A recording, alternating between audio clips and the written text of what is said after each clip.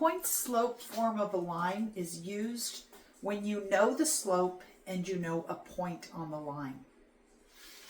So in this example, we are going to find the point slope form of the line that's passing through the points -1, 2, -2, -3.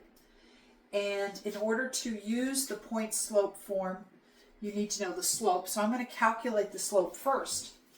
So again, the formula for slope is m equals y2 minus y1 divided by x2 minus x1.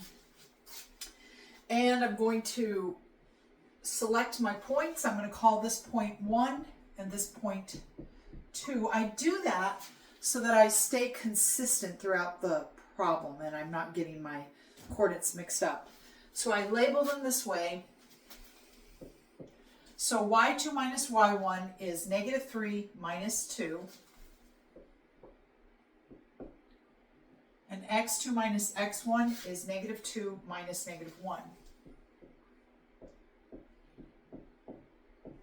So -3 minus -2 gives me -5.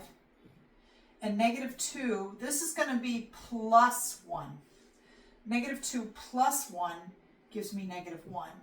And so my slope, the negatives cancel, and I get 5.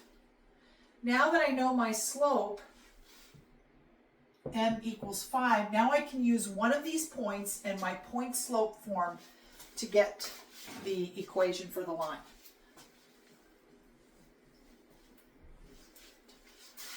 So I'm just going to use this point here, and I have y minus y1, that's 2, equals, my slope was calculated to be 5, x, that's the m is 5, 5 times x minus -1.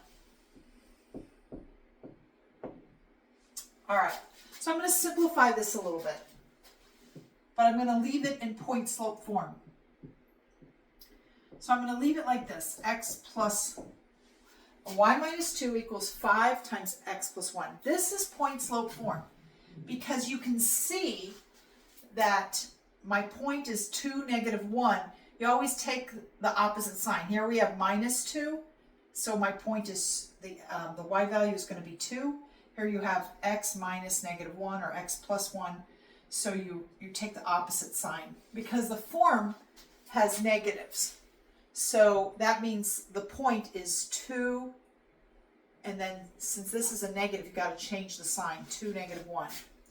So whenever you have your line that's simplified like this in point slope form, think the opposite, and that will give you the point along with the slope, which is right here.